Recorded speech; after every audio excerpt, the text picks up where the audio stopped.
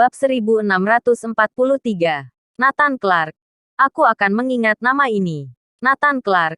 Kamu telah menyebabkan masalah besar sekarang. Evan Rins dan Micha Arthur pergi dengan marah. Nathan tidak peduli. Aku hanya mengikuti aturan. Dia tersenyum kembali pada Jefferson di dalam kandang. Jangan khawatir. Kamu akan dikurung di dalam untuk sementara waktu.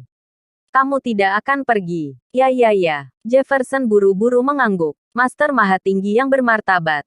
Harus menderita di kurungan. Dia hanya berharap setelah Wiggins pulang, bisa membawa bala bantuan datang. Entah untuk membuat Nathan menyerah dan melepaskan dirinya. Atau mengirim Master untuk membawanya pergi secara paksa. Hal yang mengejutkan prajurit Fradron. Bahkan Duta Besar Negara Waregel tidak bisa membawanya pergi. Tidak. Nathan Clark seperti ini akan menyebabkan masalah besar. Betul. Duta Besar Negara Waregel terlihat jelas sangat marah. Dan juga mengatakan bahwa Nathan telah menyebabkan masalah. Evan Rins dan Micha Arthur terus mengeluh. Aku malah berpikir perbuatan Nathan Clark benar. Seseorang tiba-tiba berkata, maksudnya, semua orang memandanginya. Kupikir dalam momen seperti ini, seharusnya kita lebih tegas. Jika kita mengalah terus-menerus, takut menimbulkan masalah, takut repot, pihak lain akan semakin menindas kita. Kali ini, mereka leluasa mencuri di museum. Kemudian hari mungkin akan menyentuh wanita Neslandia atau bahkan membunuh secara terang-terangan. Semakin mereka menguasai mental Neslandia yang tidak berani menimbulkan masalah, semestinya kita semakin tegas. Semakin kita harus menunjukkan sikap tegas kepada mereka. Mendengar ini, semua orang terdiam. Ya, itu benar. Semakin kita menoleransi, semakin kita terlihat lemah.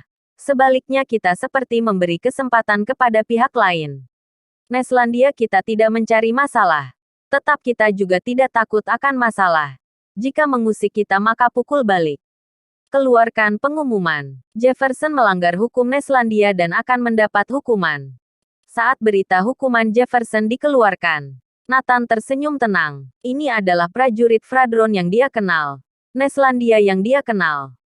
Tegas. Orang lain sudah datang untuk memprovokasi. Untuk apa takut dengannya? Pukul saja. Pada akhirnya, Jefferson dijatuhi hukuman 10 tahun penjara. Dan kekuatannya akan dihapus. Sebagai peringatan untuk lainnya. Peringatan bagi mereka yang memiliki pikiran buruk tentang Neslandia untuk berpikir 2 kali sebelum bertindak.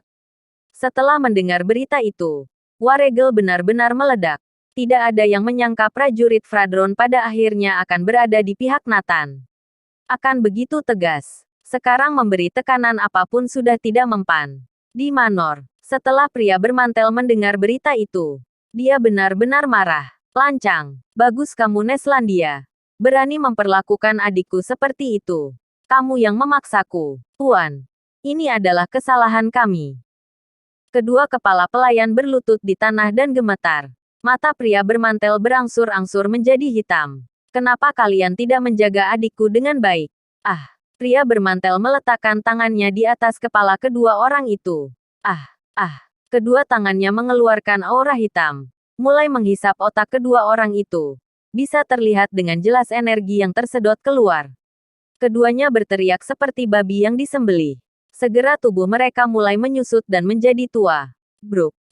Akhirnya 2 kerangka terbungkus pakaian ambruk ke tanah. Daging dan darah telah dihisap hingga kering. Orang lain yang melihat berlutut di tanah dan gemetar. Terlalu menakutkan. Adik. Tenang saja. Pasukan aliansi akan segera menerobos Neslandia. Aku yang akan menyelamatkanmu. Pada saat itu, Neslandia akan menjadi milik kami. Kamu dapat melakukan apapun yang kamu mau. Pria bermantel melihat ke kejauhan. Nathan Clark. Aku akan mengingat nama ini. Akhir hidupnya akan sangat mengenaskan. Bab 1644. Austin Giseyar muncul bersama. Oh ya.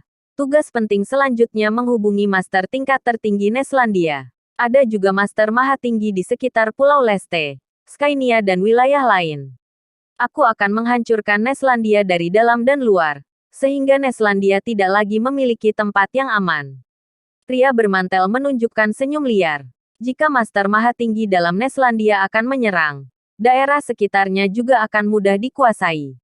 Memikirkannya pun terasa menakutkan. Percepat gerakan. Cepat. Jangan biarkan Neslandia menyadarinya. Pria bermantel selanjutnya mempercepat pembentukan pasukan aliansi.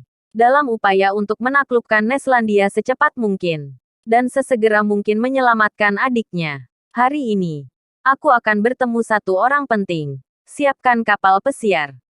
Setengah hari kemudian, pria bermantel membawa kapal pesiar ke laut tak berujung.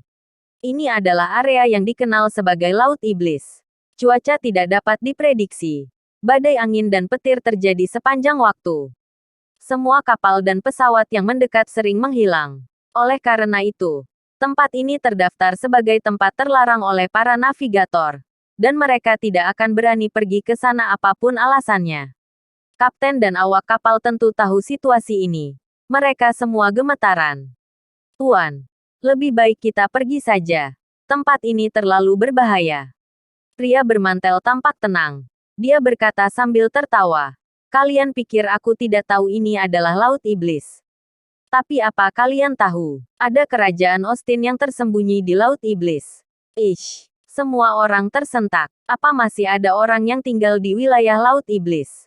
Kalian tidak akan mengira. Orang-orang ini telah tinggal di tempat ini sepanjang tahun. Mereka adalah orang-orang yang tidak terkalahkan di laut. Hal yang paling menakutkan mengenai kerajaan Austin adalah karena mereka memiliki Master Mahatinggi Jagat 6. Mungkin ada lebih dari satu. Dan ada 7 atau 8 Master Mahatinggi Jagat 5. Master tingkat lainnya tidak terhitung. Di bawah lingkungan yang begitu keras, barulah mampu mengasah master yang kuat. Semua orang menghela nafas. Itu sebabnya aku mengatakan mereka tak terkalahkan di laut. Pria bermantel tertawa. Jadi Tuan datang untuk mengundang kerajaan Austin bergabung dengan pasukan aliansi.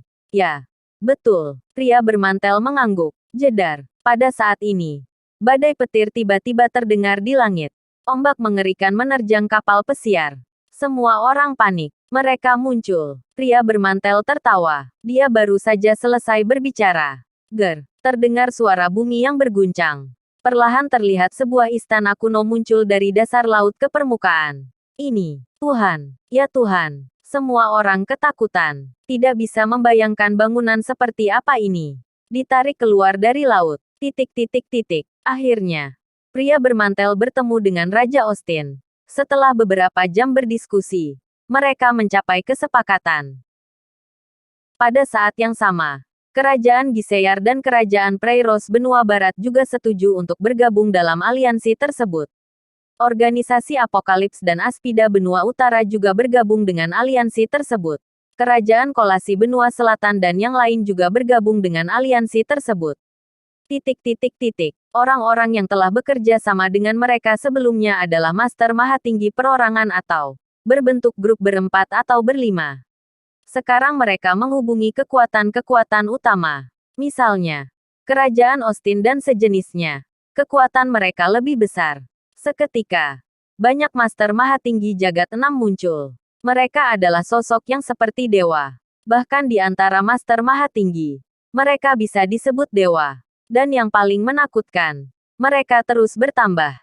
Tidak dapat dibayangkan begitu banyak Master Mahatinggi berkumpul bersama. Akan menyebabkan reaksi seperti apa dan seberapa kuat jadinya. Suasana perang semakin kuat dan kental. Terutama ketenangan sebelum badai. Suasana yang paling menyesakan. Bersambung.